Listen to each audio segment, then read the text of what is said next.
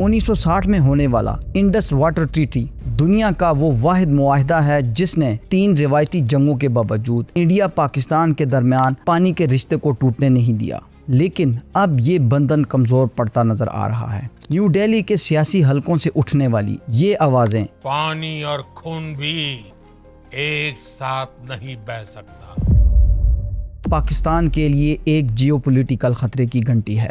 اگر بھارت اس معاہدے کو معطل کرتا ہے یا پاکستان کا پانی روکنے کی کوشش کرتا ہے تو یہ صرف ایک سفارتی خلاف ورزی نہیں ہوگی، بلکہ یہ پاکستان کے لیے براہ راست اعلان جنگ ہوگا۔ پاکستان کی ایگریکلچر اور معیشت کا دار و مدار انہی دریاؤں پر ہے، اور پانی پر لگی یہ پابندی پاکستان کو آخری حد تک جانے پر مجبور کر سکتی ہے۔ لیکن اس واٹر وار میں بھارت کا سامنا صرف پاکستان سے نہیں ہوگا، یہاں داخل ہوتا ہے شطرنج کا سب سے بڑا کھلاڑی چائنا۔ جغرافیائی حقیقت یہ ہے کہ جن دریاؤں پر بھارت کا اپنا وجود قائم ہے ان کا اسٹارٹنگ پوائنٹ ہے تبت، یعنی چینی کنٹرول والے علاقے۔ پاکستان کا پانی روکے جانے کی صورت میں بیجنگ کی طرف سے نیو دہلی کو دی جانے والی ایک حالیہ وارننگ نے اس پورے خطے کو ہلا کر رکھ دیا ہے۔ India is not exactly the upstream nation. You know, the Indus rivers and many of the tributaries actually flow from the Himalayas. And I emphasized, don't do unto others what you don't want others to do unto you.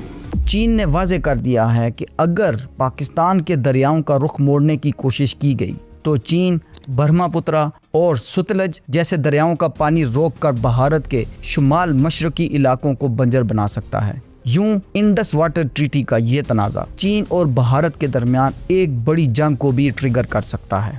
چین اپنے strategic partner Pakistan کو اس ممکنہ جنگ میں تنہا چھوڑنے کا ارادہ نہیں رکھتا۔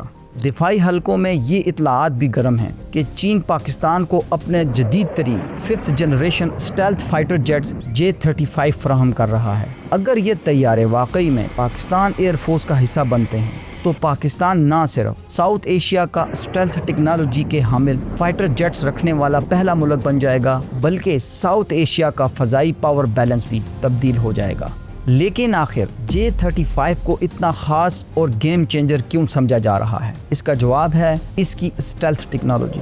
اس کے ہتھیار جہاز کے بیرونی حصوں کے بجائے اندرونی کمپارٹمنٹس میں چھپے ہوتے ہیں، جس کی وجہ سے دشمن کے ریڈار کے لیے اس کا سراغ لگانا ناممکن کے برابر ہو جاتا ہے۔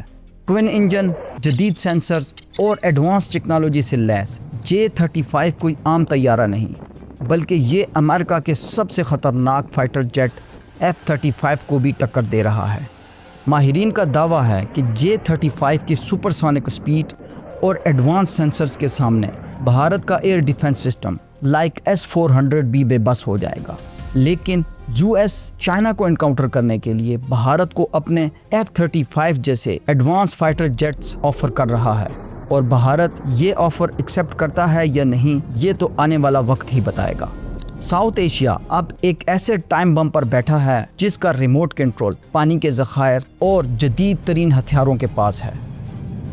اگر انڈس واٹر ٹریٹی ٹوٹتا ہے تو ہمالیہ کے گلیشیئرز سے بہنے والا پانی لال رنگ میں تبدیل ہو سکتا ہے، اور شاید یہی وجہ ہے کہ آج دنیا کی نظریں صرف پاکستان یا بھارت پر نہیں بلکہ پورے ساؤتھ ایشیا پر لگی ہوئی ہیں، کیونکہ اگر اس خطے میں طاقت کا توازن بدلتا ہے تو اس کے اثرات پوری دنیا کی سیاست پر بھی پڑ سکتے ہیں۔